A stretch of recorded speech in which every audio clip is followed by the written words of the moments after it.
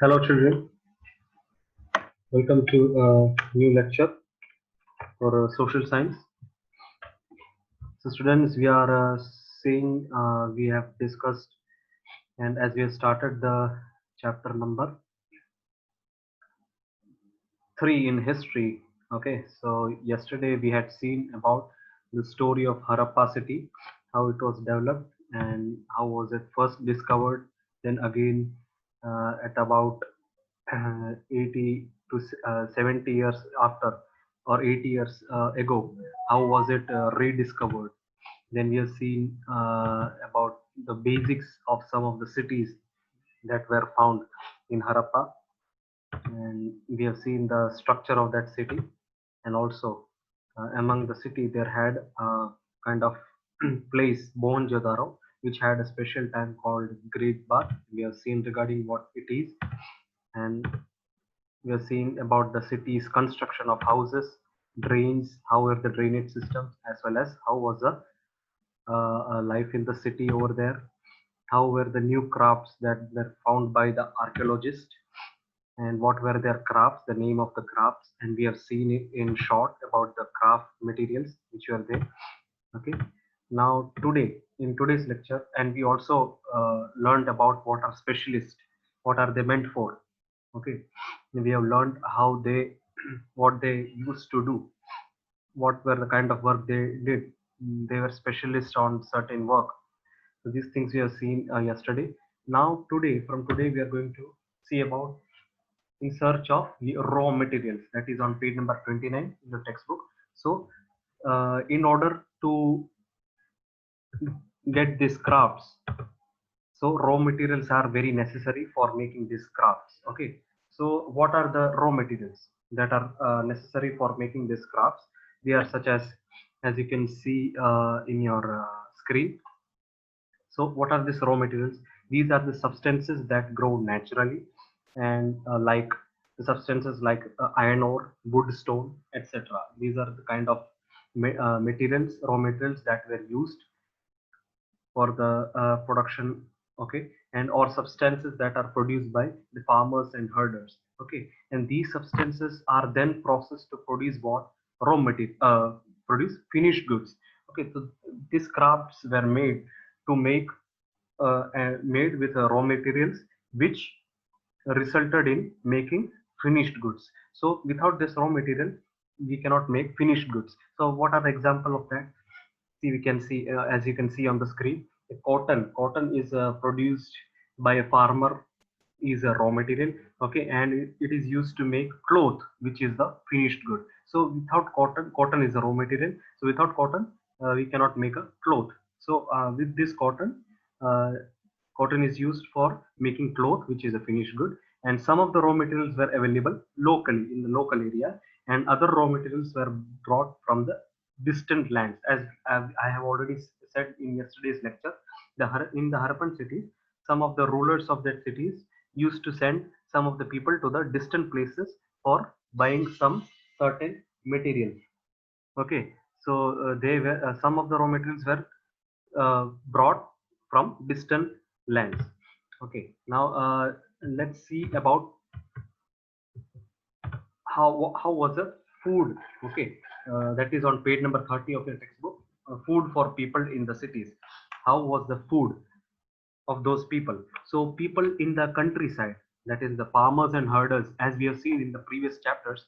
In the second chapter, we have seen that farmers and herders, they used to grow crops, and they used to rear the animals. So in this way, the food was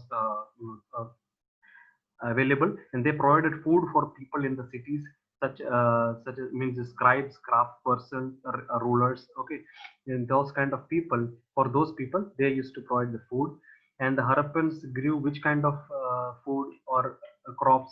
Wheat, barley, rice, peas, sesame, mustard, pulses, linseed, all these kind of uh, crops were also grown for the food purpose. And how we can say the another thing, or the main reason in, or the purpose in which, from which way, where we can get food, that is farming. Okay, so how the farming was done, a new tool, that is the plow. Okay, the plow that was used to dig the earth and plant seeds. So in this way, they used to gain food by plowing the entire land. Okay, so they were probably made of wood. That plow material was made of wood. Okay, and actual plows have not survived. There were not actual plow, as you can see in your textbook, the picture of that small plow. Okay, and they were known as toy models. Toy models have been found. These plow were known as toy models, as you can see in the picture in your textbook. Okay, so in this region does not get heavy rainfall. Okay, so some of the forms of irrigation were used. So for farming purpose, in order to get food, food can be available by farming. Okay, so for farming they use plow. Okay, and they were made of wood, and actual plow were not survived, so they used toy models. And in this region, as they did not have much rainfall, some of the method that were used for farming was the irrigation method were used, and this means that water was stored and then supplied to fields when required. In this way they used to get food. And another method from which they used to get food was animals, use of animals. Okay, so the Harapans reared the sheep, goat, and cattle and buffalo.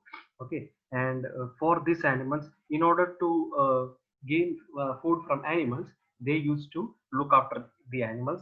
Means the water and pastures were available around the settlements. So for giving the water and grass or pastures for the animals, they used to go to what some distant places in search, as we can see in the third point over here in the screen.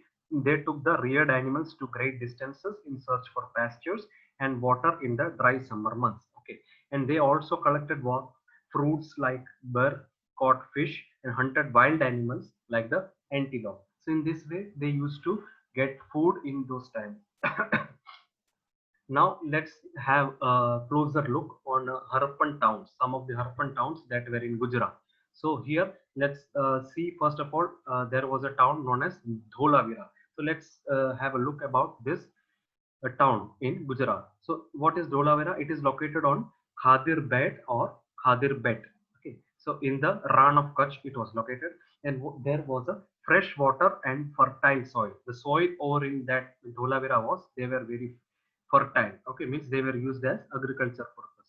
And there was also a large open area in the settlement where public ceremonies could also be held. So Dholavira was a place, means kind of an open area. It was an open area where settlement, in the settlement, where the public ceremonies could be held. They had a large vast area which ceremonies or public functions or programs could be held.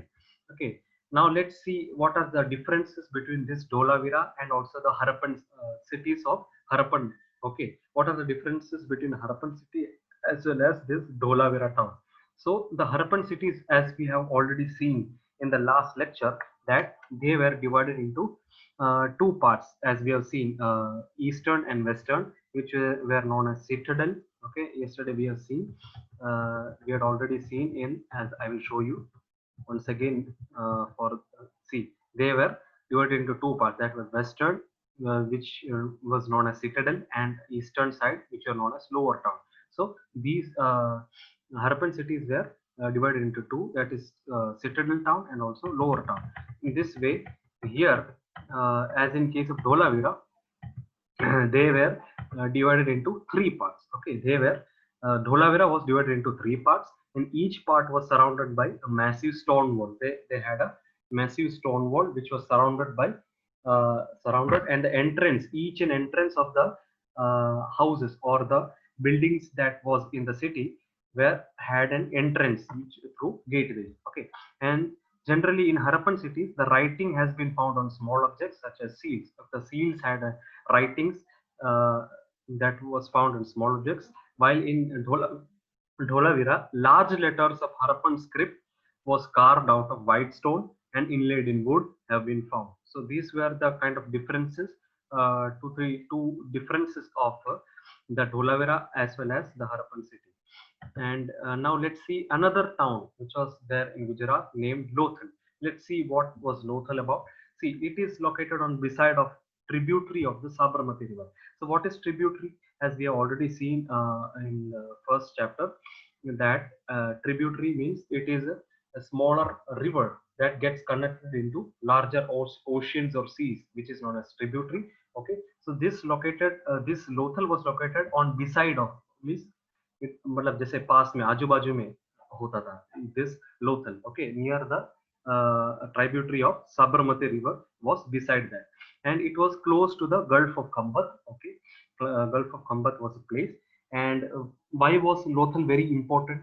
Okay, it was very important because since Lothal was situated near the Gulf of Khambat, okay, it may have been a dockyard. So what is mean by dockyard? Dockyard is a place where the ships and boats came in from the sea. Okay, in that place the ships and boats used to come from the sea. For what purpose? For loading of goods. The goods were probably loaded and unloaded in that place. So you can say as in the Gulf of Khambat. So Gulf means what is, why it is known as Gulf? Gulf is a, see, you can see in the picture over here. This is what Gulf of Khambat is. It looked like, okay, it is surrounded by the land. Okay, means we can see it is surrounded with massive stone walls.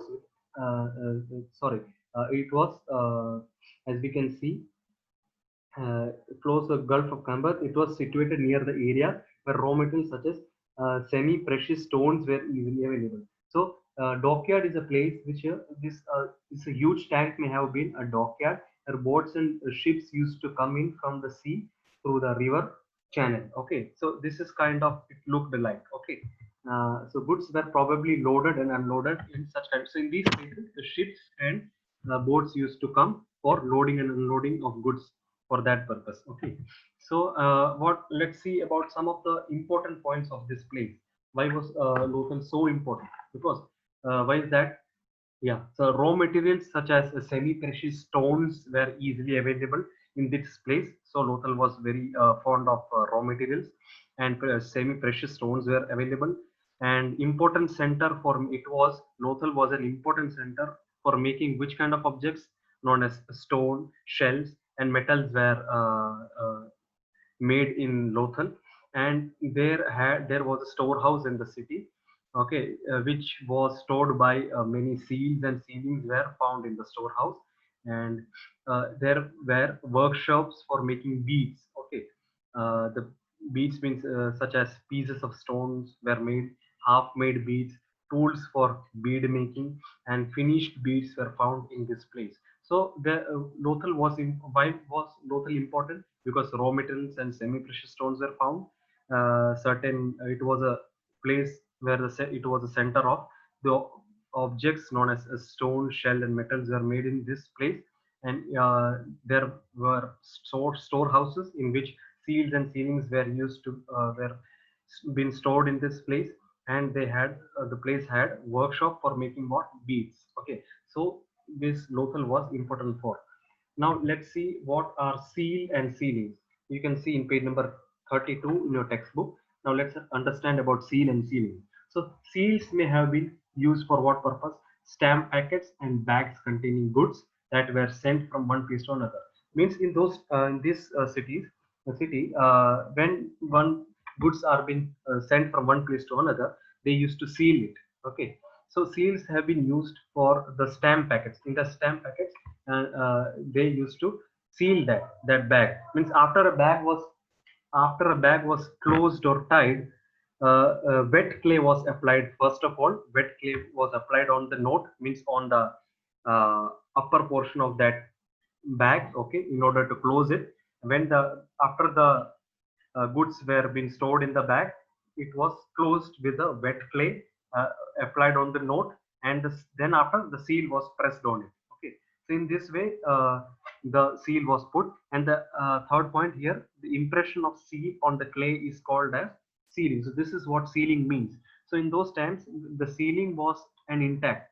It was it means one person would uh, then only believe that after the sealing only they would come to know that the goods are being safely arrived with at that place. Okay, wherever they send from one place to another, without that sealing uh, they would not send the one thing from one place to another. Means the seals and stamp were seals and sealings were very important in that goods. So this was the about the seal and sealings. Now let's understand how these civilization got end. What happened after then? After many years, this just went on, and these seals, as we can see, even today, it is used. Means as we courier and all, as we do in today's world, in online also, if we buy something, the seals are already put. Okay, so in today's world also it can be found. So after this, what happened? The civilization got end. So how did it end? How this Harappan civilization came to an end? That remains a mystery. There is a means it's a जैसे mystery means रहस्य. वो अभी भी एक it remains a mystery. उसका भी एक रहस्य. Okay, so it that remains a mystery. So what could have been the reason? So major changes would that was happened around 3900 years ago. Okay, that people might have stopped. They stopped living in many of these cities. Okay, so this might be the one thing, and the other reason might be the writing, ceilings, and weights were no longer used, and then raw materials brought from distant lands became very rare. Okay, uh, and then what happened? Uh, in a place called Mohenjo-daro, as we have already seen in the previous lecture. It was an important place or Harappan city.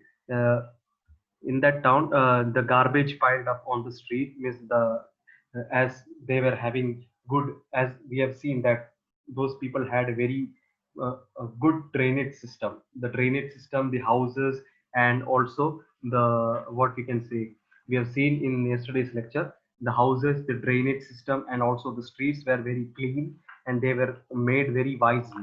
So these things got the drainage system got broke down, and also new and less impressive houses were built. Very less kind of the houses were really baked. The bricks of that houses were really baked and made, but that also got lost.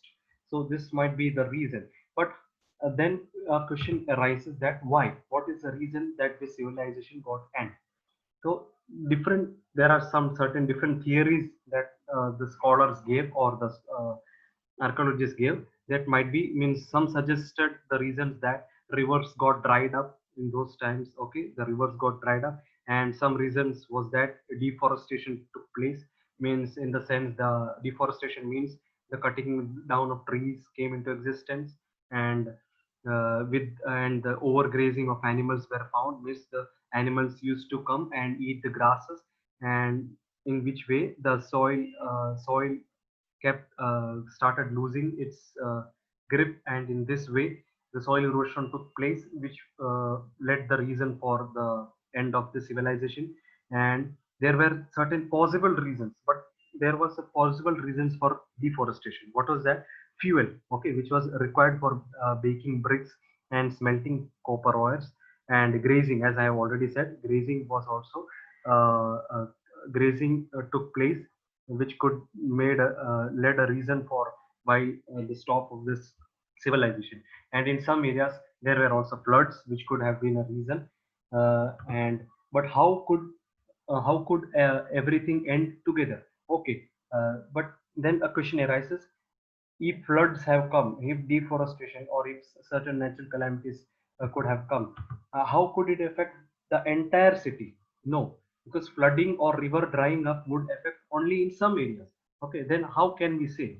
But none of the reasons explain the end of all the cities. Okay, but another reason could be that the rulers lost the control.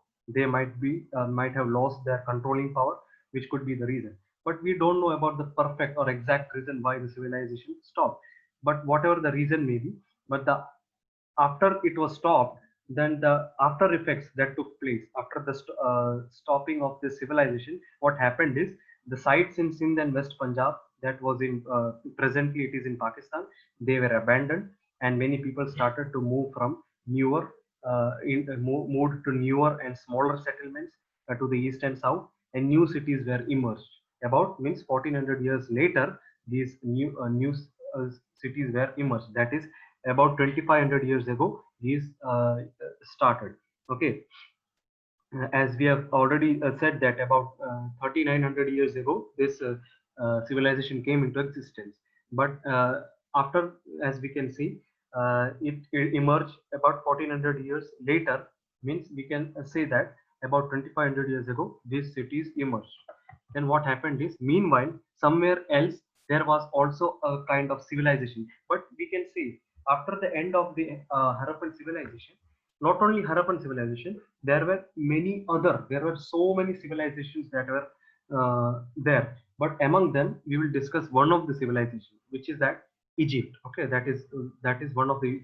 Let's discuss in short about Egypt. So most of the Egypt is a dry desert. Egypt is a dry desert, except the areas around the Nile River. Desert means the sand. Okay, the desert kind of sand. It is a place full of sand. Okay, full of desert soil. Okay, so and 5,000 years ago, these kings ruled over this Egypt, and they sent, as we have already seen in Harappan civilization, in those times also, here also the same thing. The kings and rulers over the Egypt, they also used to send the armies or some people to the distant areas to bring what? Gold, silver, and ivory, timber, and precious stones. Okay, and they also built huge tombs known as what? Pyramids. Okay, and in that pyramids they used to bury the dead bodies. Okay, the in those times they used to bury the dead bodies, and they used to preserve these dead bodies, which are called as mummies.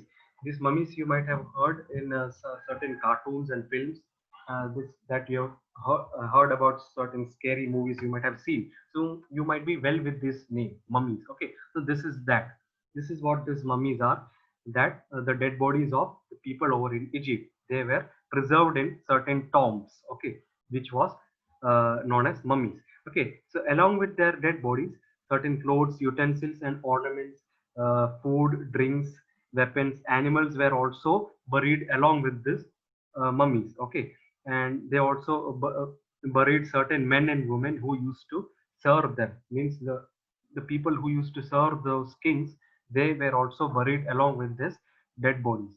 Okay, or we can say mummies. Along with mummies, these things were also being included with their burial. So these are amongst the most elaborated burials known in the world history. So this remains the burial. Such kind of burial remains the most elaborate burials, or the most different type of burial that we could see in the entire history.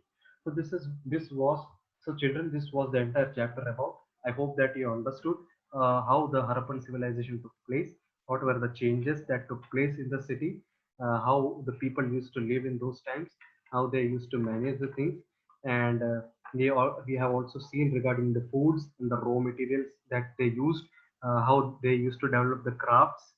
Okay, and how they had the houses and drainage systems in those times. Okay, and we have also seen about the mystery, how some part of the mystery in which the Harappan civilization came to an end. And we have seen some points about the Egypt, that was one of the civilization that was uh, available in those times. Okay, so I hope that you might have understood the entire chapter. Now you have to read the entire chapter accordingly, and as we have completed and we have covered all the important points, and if you have any doubts, you can call me at any time and contact me. So I hope now read the entire chapter properly, and be thorough with the chapter. Okay, and the next lecture would be the textual discussion, and the worksheet will also be given to you. Okay, so until then, read the textbook properly, clearly, and be ready with the chapter. Prepare well. Until then, take care and bye.